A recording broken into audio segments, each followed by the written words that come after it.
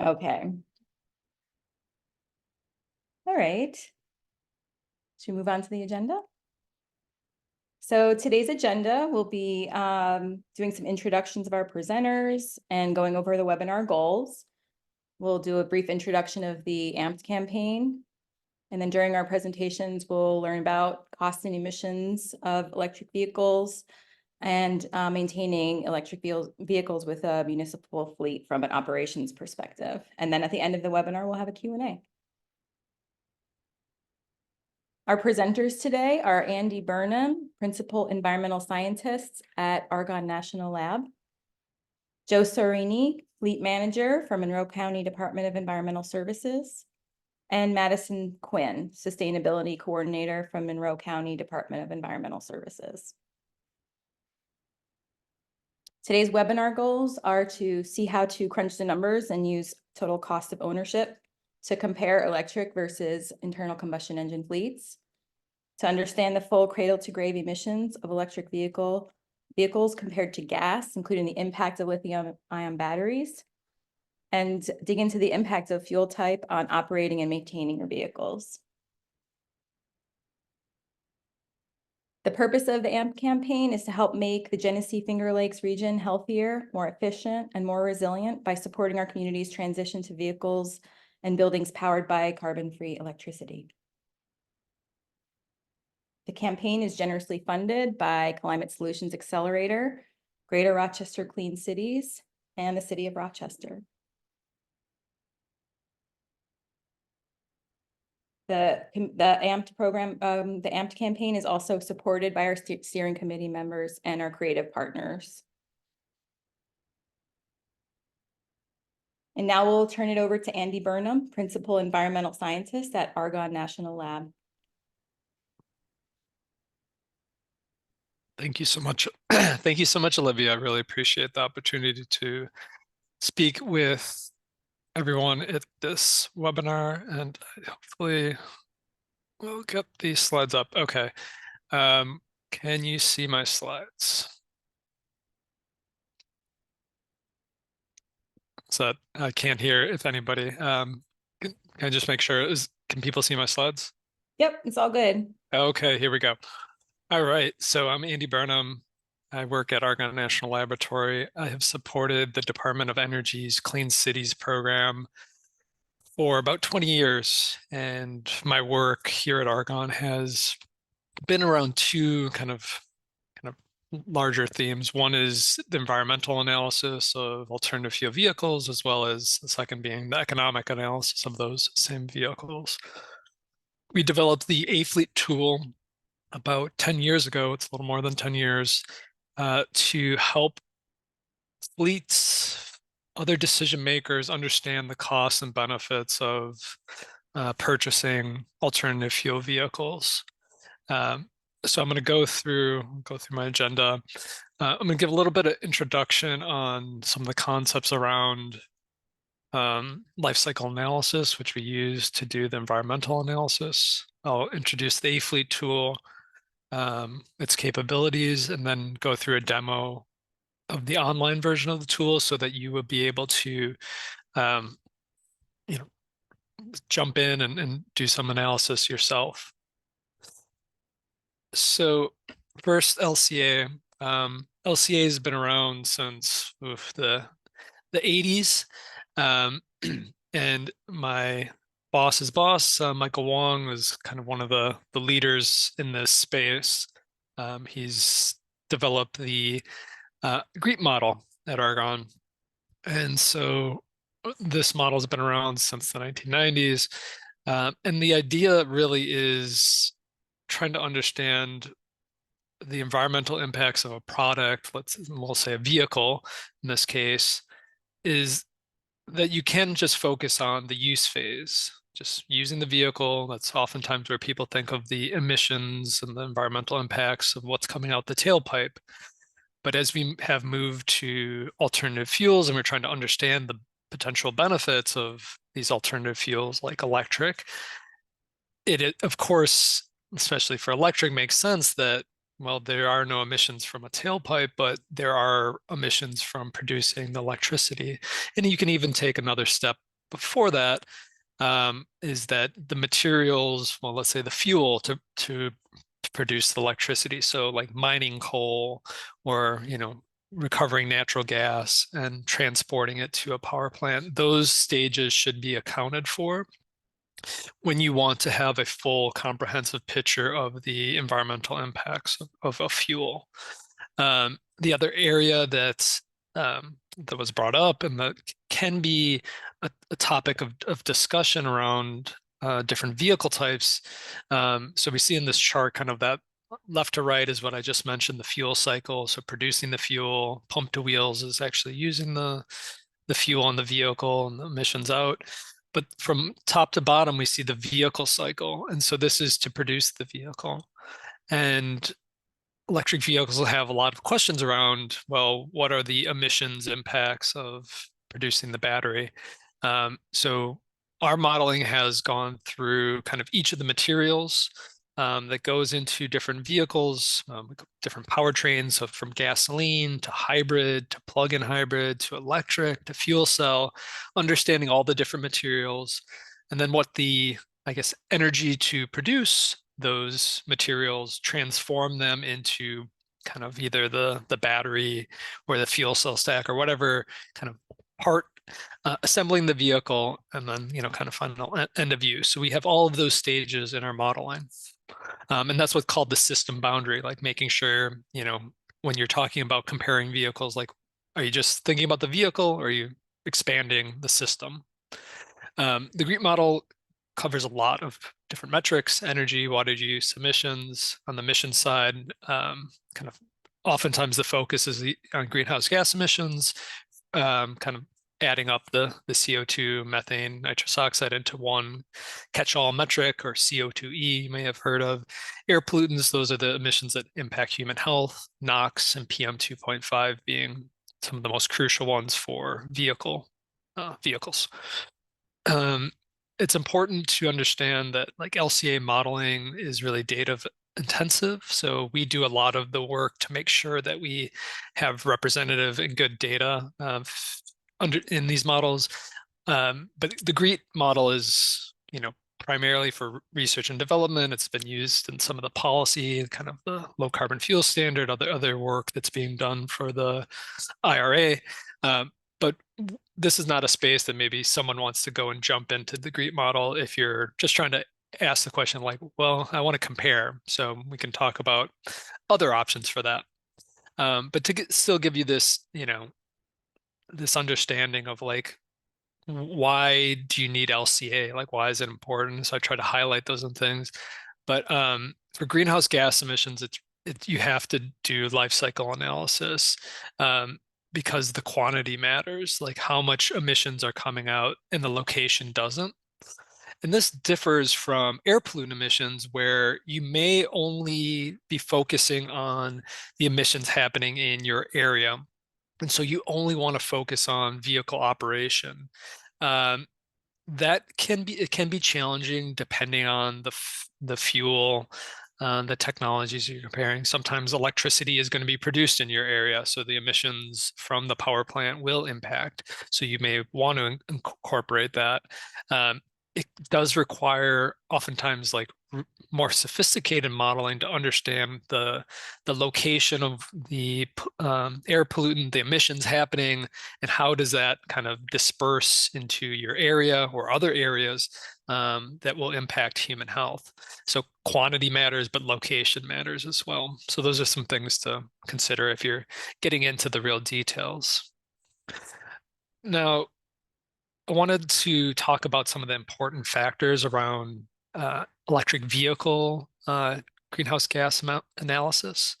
So in this chart, we see a result from the GREET model from my colleagues here, and they have gasoline versus EV in the left-hand side here. We see 3 bars: the vehicle, which is vehicle production, battery. Oh, excuse me. I'm sorry. Vehicle, battery, and upstream being kind of the key pieces, and tailpipe. So the 4. I was covering mine. Sorry.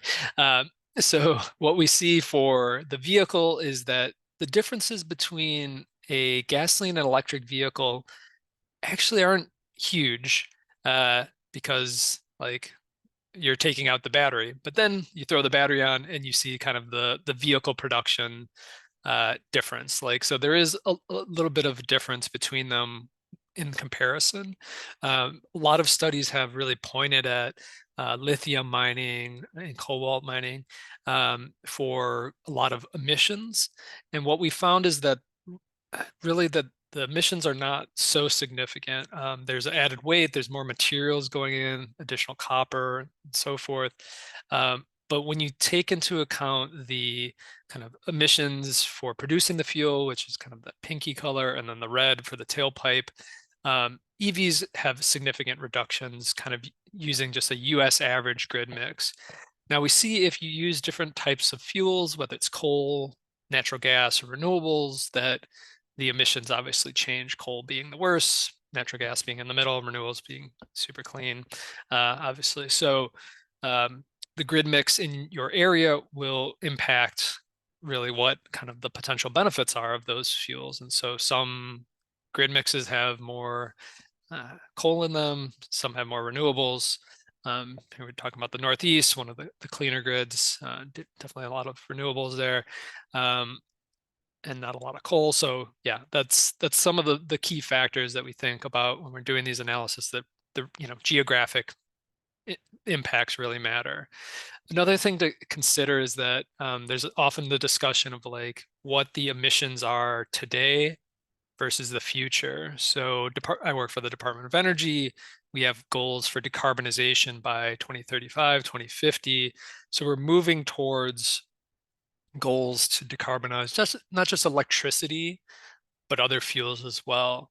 There is projections out to the future without kind of policies and other efforts to kind of reduce, say, like completely decarbonize. We have that goal for the administration, but the environmental EIA, basically Energy Information Administration, does projections, business as usual, assuming no kind of policy drivers. We still see this reduction in the greenhouse gas intensity of electricity as we moved out to 2050. Obviously, there has to be potentially more than kind of the market pushing this, other policies to keep driving it lower. But as time goes on, like the target can change, and that can be true for gasoline and other vehicles, that fuel efficiency might improve, the fuels mix might improve. You might adding more renewable fuels in a mix for, say, a biofuel. Those are things to think about as we move kind of towards the future.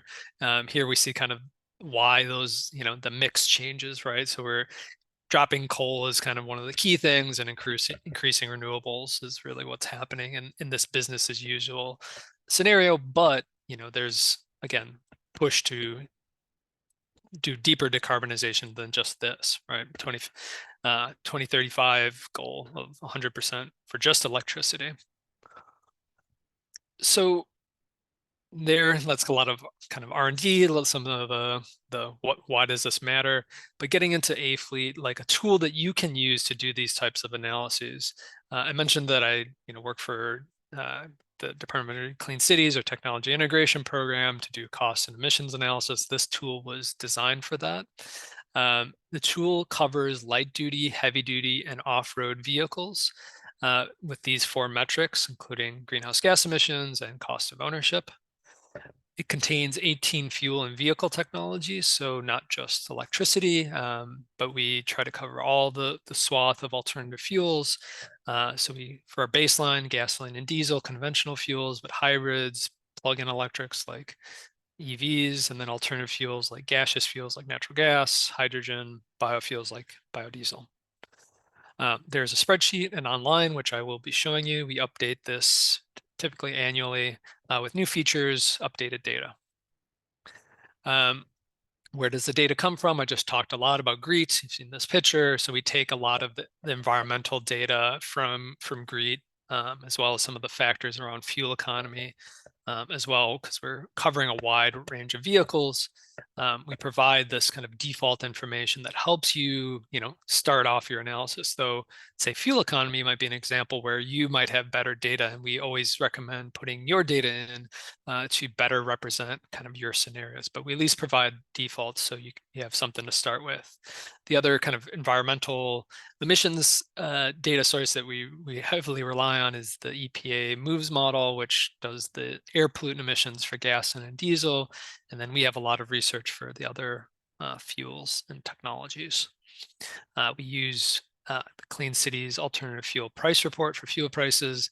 This is a space where fuel prices obviously change week to week, season to season, year to year. So while we provide this data on a state level basis, and we provide both public and private pricing, it's important to understand that you may want to choose kind of as a scenario analysis, like a value that represents kind of a near-term estimate, or choosing two values, a low and high, to kind of see how, while electricity prices are relatively consistent, the gasoline diesel you might be comparing to in a cost of ownership might differ. So when you're doing a TCO, that might be a factor that you want to consider, like to see the sensitivity of those two things. Another important factor is some of the other kind of costs. So we talk about, obviously the cost of purchasing the vehicle is at the forefront of everyone's mind. Fuel prices are really important as well, but depreciation is really, what kind of matters for like the cost of vehicle. Maintenance and repair can be important, especially as we're potentially moving to electrified vehicles that may have reduced costs, as well as insurance. So we've seen that, in kind of the public, discussions of maintenance of vehicles, that that can come into two parts. Like what I'm showing here is scheduled maintenance. This is the schedule that I helped develop to estimate the differences between these powertrains for light duty vehicles. So seeing like a 40% reduction. There are also unscheduled maintenance or kind of repairs where something breaks. Those are more challenging to analyze because and we have less data on that. But we have that expectation as electric vehicles continue to improve their reliability, that we're going to continue to see kind of this potential reduction in not just the kind of scheduled maintenance costs, but also like repair costs. But that's not always the case for a specific manufacturer or so forth. The tool in the spreadsheet has a lot of data and a lot of capabilities. So you can kind of dig in, you can see all the equations, you have like access to everything. I'll quickly run through this. There's a simple payback calculator, which basically is like a quick analysis. If you want to do both cost analysis, like a payback, how much time does it take me to pay back the incremental cost of a vehicle that is more expensive, with the potential fuel savings from fuel savings and maintenance savings, kind of operating savings. We have that for both on-road and off-road vehicles. We have a total cost of ownership that, if you want to dig into some of these kind of costs a little in more detail, this is the place to go, which I'll show you a demo of. We have idle reduction, a fleet footprint calculator, which helps you look at your existing fleet and what the emissions are of both the old vehicles and kind of, basically the vehicles in your fleet, both for on-road, off-road. We have a couple new features that are related to kind of maybe this discussion, is a EV utility rate calculator. So I mentioned that while electricity prices don't change wildly from year to year, for electric vehicle charging, especially as you start thinking about higher power charging, your cost for charging will depend on the rate structure in your utility. I'm not sure if it's, I forget what upstate New York is, NYSEG, or I forget, but your utility may have demand charges for a fleet. And so if you're charging during periods where there's high demand charges, the cost of charging the vehicles will be significantly more if you're kind of in an off-peak period where the costs aren't there. So we developed this rate calculator using real rates from the utility rate database to help you, again, do kind of a scenario analysis to see, if I'm charging using a 350 kilowatt charger or 50 kilowatt charger, using, I have 3 rates to choose from, and I choose kind of the times I can charge. What are kind of the costs of doing so? So that's a new feature that we added only in the spreadsheet right now. We're developing the online version that will be released this year. Kind of adding on to that is an EV charging cost calculator. So what that is including the utility rates, but all the other costs. So the charger installation, and then kind of other operating and maintaining communications for the charger as well. And then we have a charging and fueling calculator that helps people look at the emissions impacts of charging and fueling infrastructure. So I will quickly kind of wrap up the slides here, just show you that the online tool is really replicating capabilities from our spreadsheet, and we are adding more and more to our online tool. A lot of people like spreadsheets and like to dig into the details, want to see how the calculations are done, where the data is coming from, but many just want something that's a little bit easier to navigate, and that's why we created this online interface. So I'm going to switch over to the demo real quick. Let's see. So what's this? So online tool has there are quite a number of tools that we have. So the link to the spreadsheet, the online tool, the heavy duty vehicle emissions calculator, a couple of the other tools here, but AFLEET Online is the one I want to highlight for you today. So as the tool loads, it's getting all the data for it. You can choose between these 3 options right now: payback on road, payback off road, and TCO. It gives you a little bit of introduction about like what you're supposed to be entering, and then what kind of the outputs you're gonna get. So we're gonna do the TCO calculator. The tool automatically loads with a state. So we're gonna choose a different one. We're gonna pick New York. And here you can enter the number of vehicles, the mileage. Again, this is a variable that is really important and something that you should have kind of at your disposal. So that one you should be able to change. Years of planned ownership. So if you're oftentimes fleets maybe have a turnaround of only say 3 years, or they kind of want the vehicle for the whole life. You might be looking at shorter lifetime and maybe 12 years. And then the next step is to choose the powertrains to compare. So we have a lot of acronyms. So kind of being in the transportation field, like this can be a bit much. So you see, like if you highlight over our mouse overs, it says hover over our powertrain abbreviation to view the full name. So HEV, what does that stand for? It's a gasoline hybrid electric vehicle, PHEV, so forth. So I'm just going to do just one, the EV. Well, let's do a plug-in hybrid and an EV to do 3. So once you select them, the results kind of automatically calculate, but again, it's using the default information. And we have really 3 key variables: the fuel economy, which is done in MPGGE. You see the little mouse over that explains that. And the purchase price and the maintenance costs. So if you have incentives, you may be able to reduce the cost. So say for the EV, there's some incentive that's either a federal tax credit or some state tax credit, and you're able to get the vehicle for 30 grand instead. We have a little bit of a thing that you could click and it's like, oh, what's the default? I want to click back here. You can click on that and get the changed value back if you need to. The maintenance cost. So by default, we showed similar to those results there, what the estimated maintenance cost, but say you're less optimistic and you say, well, I just want to assume it's going to be the same and I'm not going to assume any differences. You can go and change that. And you can see like kind of in real time how each of these, variables will impact your assumptions or your results, excuse me. So gasoline is a fixed price. You might say, well, I think the expectation over the next 4 years, I want to do a scenario of $4. And our electricity, I think we're going to be able to get some off peak rate, and we're going to do 10 cents a kilowatt hour and see how that impacts again those results.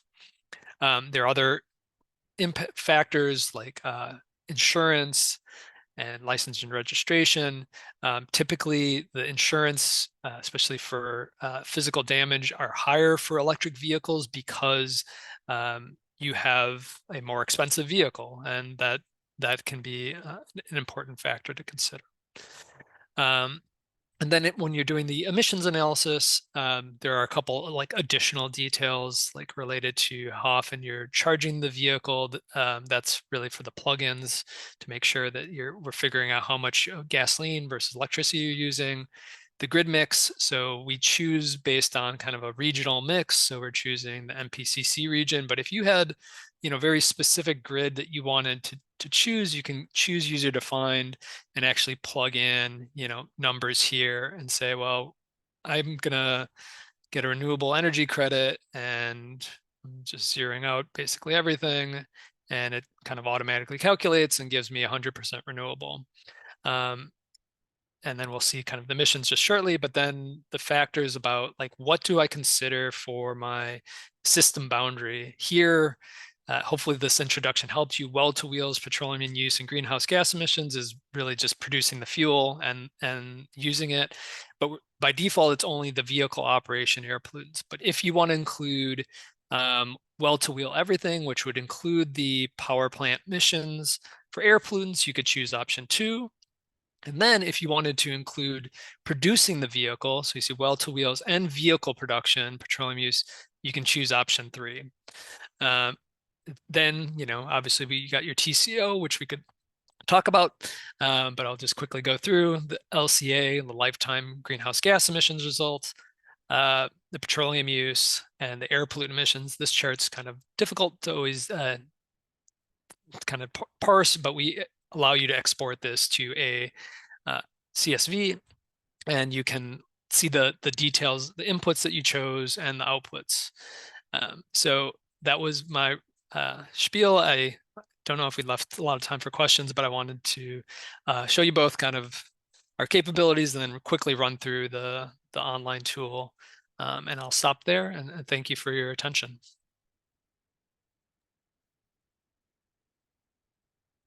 Thank you, Andy. We'll take time to answer questions at the end of the webinar. And next up are Madison and Joe from the Department of Environmental Services. Hello, thank you so much for the opportunity to present today. We're going to be talking about maintaining electric vehicles within a municipal fleet. I'm Madison Quinn. I'm the Sustainability Coordinator with Monroe County DES. And I have with me Joe Saurini, our Fleet Manager, and we're going to talk to you about our experience with electric vehicles here in Monroe County. Next slide, please. So just a quick agenda. I'm just, in case there's people from outside of the area, a little bit about Monroe County. And Joe's going to get into the Monroe County fleet, kind of comparing electric versus gas vehicles, purchase prices, as well as operations and maintenance. The maintenance and warranty coverage, some of our ground maintenance equipment going electric. And then I'm going to wrap it up with talking about how this fits into our broader sustainability planning and our climate action plan, as well as a look at kind of what we have planning coming up. Next slide, please. So a little bit about Monroe County, New York. I imagine a lot of people on here might be already familiar, so I won't spend too much time here, but it is a pretty large county. We have almost 750,000 people living in Monroe County, and it's about 1,367 square miles, so it's large geographically as well. We have a county executive and 29 legislators, as well as 31 municipalities. And it is an interesting county in that it's got really a broad range of different types of communities, including urban, suburban, and rural communities. So a lot of different parts of our county, and a lot of lovely resources, including some wonderful parks that Monroe County maintains. We have a Department of Transportation, addressing county roads throughout the county. And all of our different departments, our health department, our our own Department of Environmental Services. You know, we all have fleet vehicles, and Joe is responsible for all of our managing our entire fleet. So I'm going to turn it over to Joe to talk a little bit more about our fleet. If you want to switch to the next slide, please. Okay, good afternoon, everyone. Thanks for having me. As you can see on the slide here, we have nearly 1,000 vehicles, and that can range from anything from ATVs to mowers to utilities, sedans, pickups, dump trucks, fire trucks, snow removal equipment, construction equipment, you name it, we have it, and they're all different types of fuel. Biodiesel, you can see E85. Not really happening much anymore. Propane, CNG, obviously electric, and hybrids are really popular with us. Plug-in hybrids also, and one at this point fully electric vehicle. Next slide. As far as electric vehicles, now we have the Bolt, and we are in the process of purchasing 2 Equinox EVs. This, I would say, probably within the next 2-3 months, we should have 2 additional EVs. Next slide. So trying the purchase price, that similar vehicle, when we bought it in 2017, we went with obviously the Bolt, and then compared it to our most popular car at the time, which was the Impala. Purchase price with the grant, $9,000 grant we got for the Bolt, kind of equaled a little bit more for the Bolt opposed to a conventional gasoline car. Next slide. So comparing maintenance costs, this is the big one. We compared the Bolt with a similar car, 2019 Ford Escape, similar miles, 10 to 12,000 miles for the year. You can see the repairs were 1,800 on the Bolt, which basically was just the small AGM battery, which kind of runs everything other than the drive. That was replaced along with tires and some brakes, and that was really all we did to that vehicle. Opposed to the Escape, where we did tires, brakes again, PMs, which are oil filters, air filters, fluid changes, transmission flushes, coolant flushes, injector services. So there's a lot more to maintaining a gasoline powered or conventional fuel vehicle. So what broke down to the cost of ownership, obviously the fuel is $0 on the E and $9,200 total to own that vehicle, with $6,500 just going to fuel. So that's the big difference between the two. Next slide. Okay, I'll touch on maintenance here. Everything's pretty much simple. If everything was EV in the fleet, we would have a lot less to do. That's for sure. The warranty coverage on the EVs are really good. The drive motor will give you 8 years. It's 100,000 miles, which we never put that kind of mileage on a vehicle.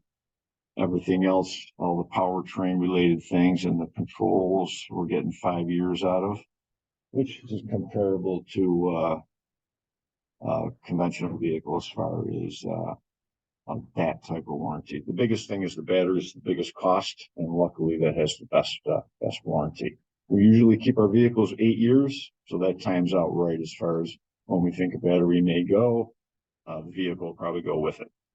We'll move on to a new EV. And something new this year, there'll be more to come on this in the future. We just purchased 10 fully electric 0-turn mowers for parks.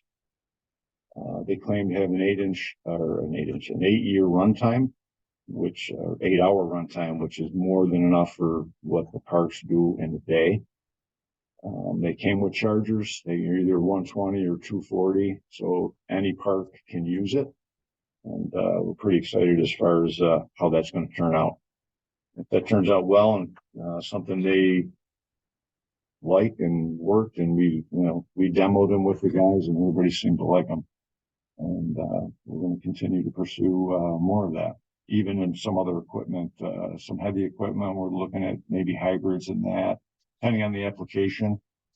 So I think you got to be careful with your electric fleet is We do a lot of out of town. Some departments go out of town, which is fine if it's, you're gonna figure 250-mile range, average 300 at the most. So you can touch, Buffalo, Syracuse, towns around here, but if anything further, that would be the only issue where you may have some issues sending them too far away. But for the most part, they've been really a good addition to our operation. So, Next slide, please. Oh yeah, Joe touched on this. So we have our new our electric mowers. We'll be evaluating kind of how those operate once we have a full season of maintenance. Next slide, please. So big picture, how this fits into all of our planning. So I've been with the county about 8 months now. I've been working on our community-wide climate action plan. But this is really our kind of our guiding document, to really develop effective actions for community-wide climate mitigation and adaptation initiatives. And really, we've been looking at our greenhouse gas emissions. We did this really in 2 phases: the county operations, kind of looking at our own greenhouse gas emission, which includes our fleet, our entire fleet, as well as all of the county buildings and facilities and our waste and recycling and our, even everything including lighting on our expressways and non-expressway roads, kind of looking at all of the operations of county government and our greenhouse gas emissions. And then that plan was finalized in 2022, and we moved on to phase 2, which we're in the thick of now, looking community-wide at our whole county, the greenhouse gas emissions associated, and really looking at how the county can support our entire community in reducing our greenhouse gas emissions. And one of those hot topics is vehicle electrification, of course. But it also fits into the New York State policy goals, and we do have a very robust climate act at the state level that we're going to be complying with. So, we're really looking at how we can strategically incorporate these different sustainable initiatives under our climate action plan as a whole community. Next slide, please. So I mentioned greenhouse gas inventory. We've done an inventory for our own county government operations, and now we've been looking at our entire county. So for those people that are really into greenhouse gas inventories, that includes the Scope 3 emissions, so things outside of county government operations. And transportation is an important part of both our phase 1 and our phase 2. In phase 1, our fleet is 7% of our emissions as a county government, and in phase 2, transportation is 41%, the largest percentage of our greenhouse gas emissions countywide. And again, electrifying the county fleet and developing countywide EV charging infrastructure are 2 of our priorities that are really coming to light in the climate action plan. Next slide, please. So kind of looking down the road, what's next? We're, as Joe said, we're looking to add more electric vehicles to our fleet. We've had great experience so far with the 2 light vehicles that we have on board. We're looking forward to kicking the tires on those 10 new electric mowers, and then excited to add 2 of those Equinoxes to the mix as well. And we're also targeting locations for where we can locate these electric vehicles with existing charging stations, as well as kind of strategically installing more electric vehicle charging stations. We've been lucky to have some ZEV, zero emission vehicle grants through the state of New York. We're also looking at some of the other opportunities for funding development of charging infrastructure.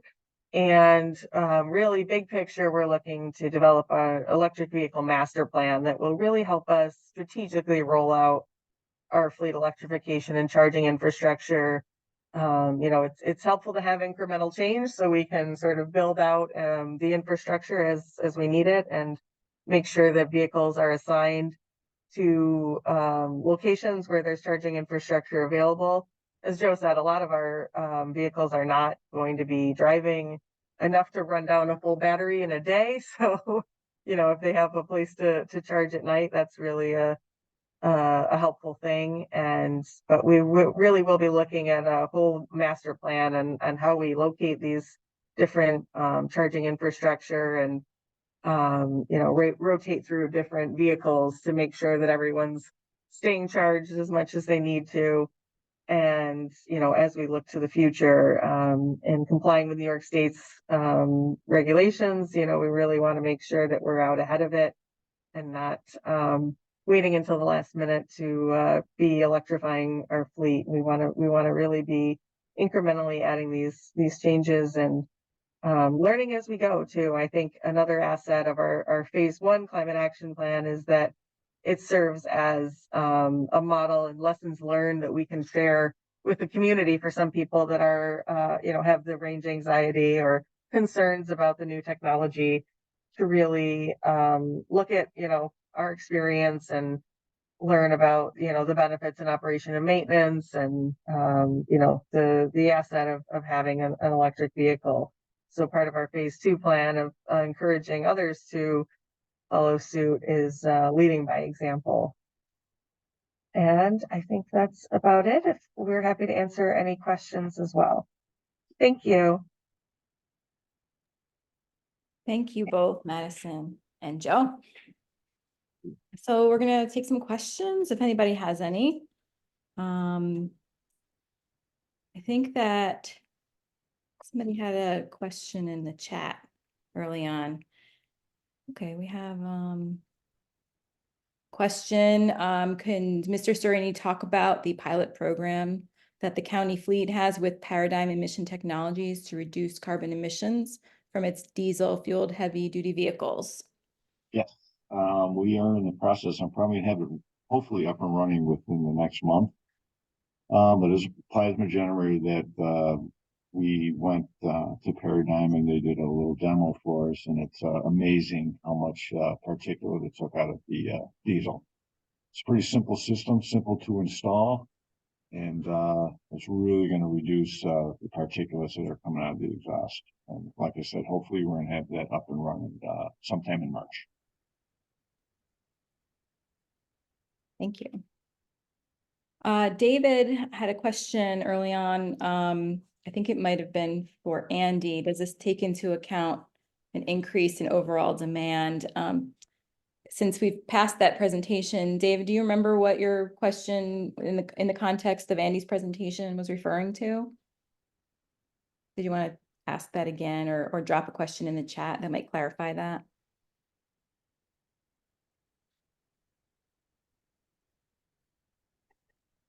Thanks.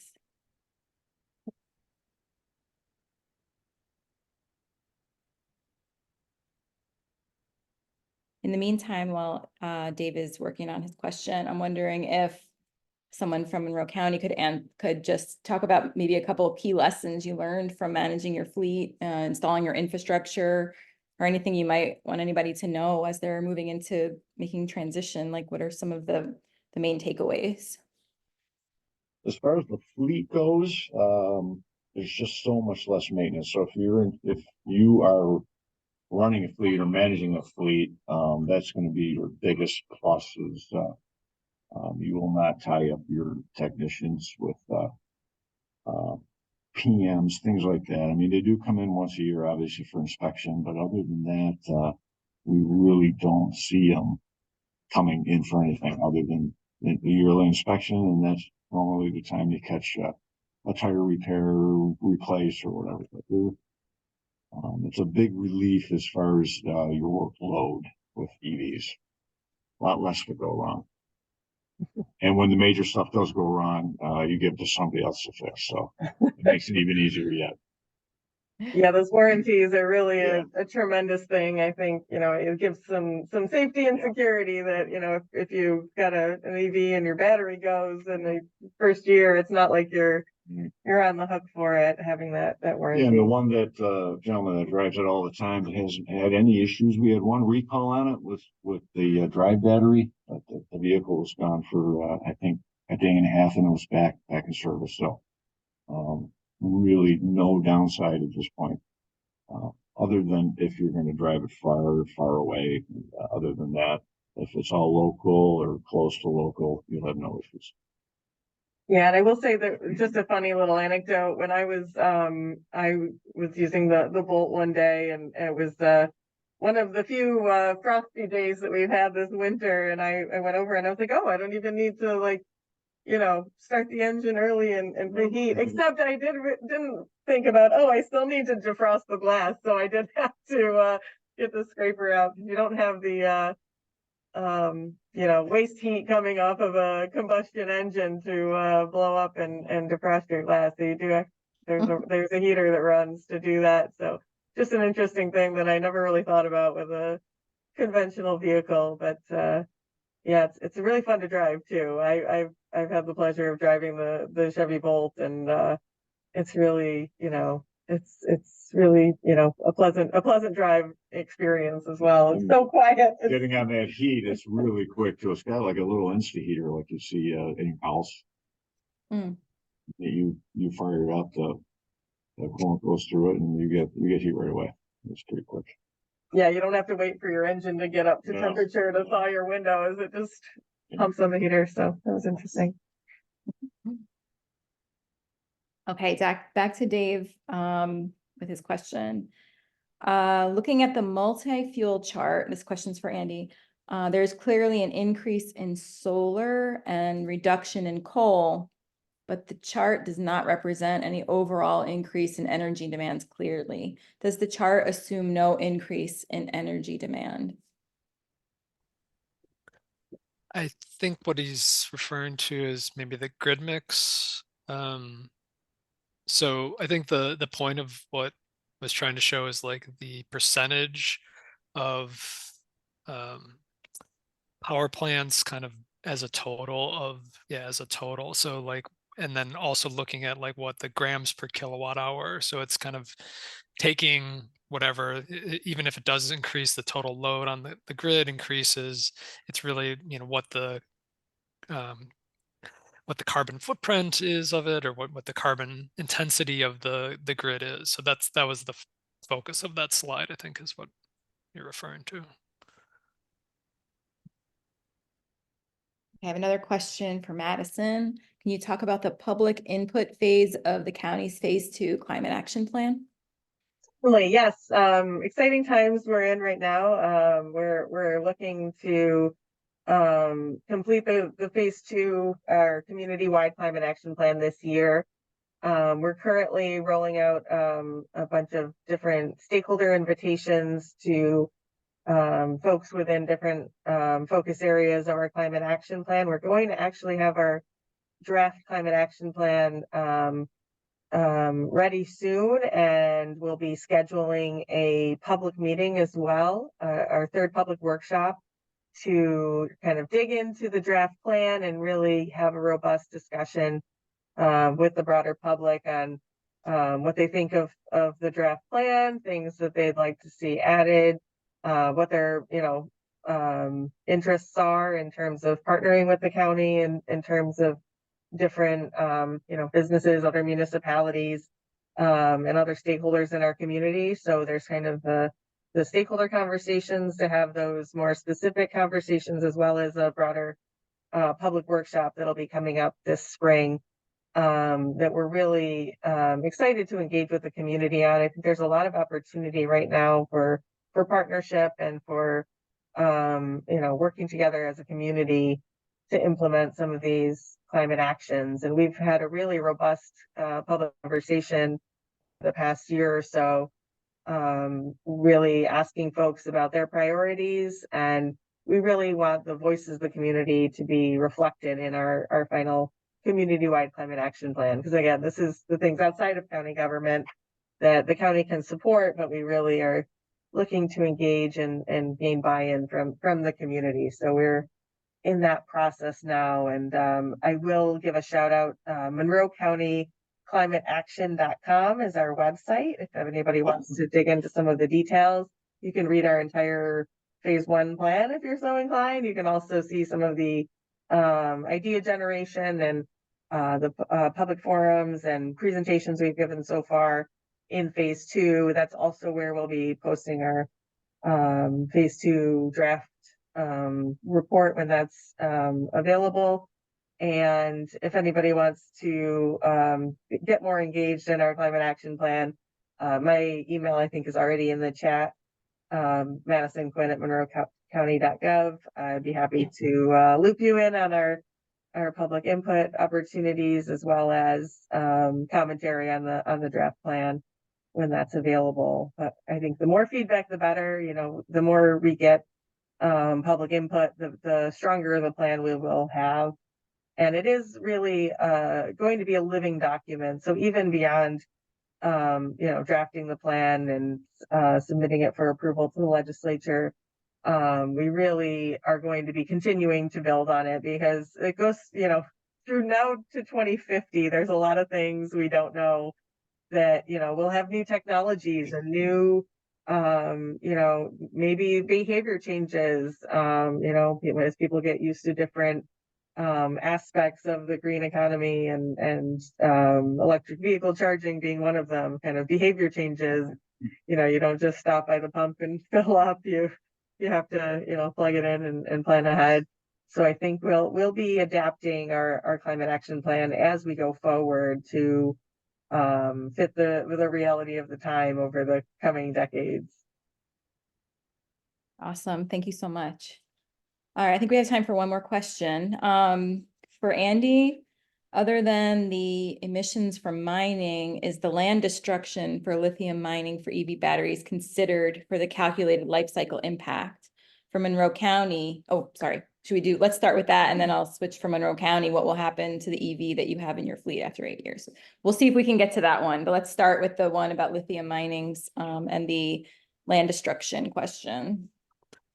So there are a lot of metrics. Like, I think when you think about sustainability, like that's a really broad term. And when you try to narrow down like specific impacts of a product, like you want to think about things like emissions, water use, what I was mentioning, energy. Things that we don't really talk about are kind of impacts on land use, particularly, you know, we don't talk about that necessarily, or the impacts to biodiversity, you know, stemming from that. Just some broad understanding of like, my wife is from Chile. I have some understanding of like the lithium mining process in Chile, in the desert of the Atacama. Like they are mining kind of the salts, so they're using evaporative ponds, and like it is in an area that with not a lot of water, so there's like concerns about the water use in those locations. So things get complicated, and I think, you know, our type of tools help address some of the metrics, but it doesn't tell you all of them.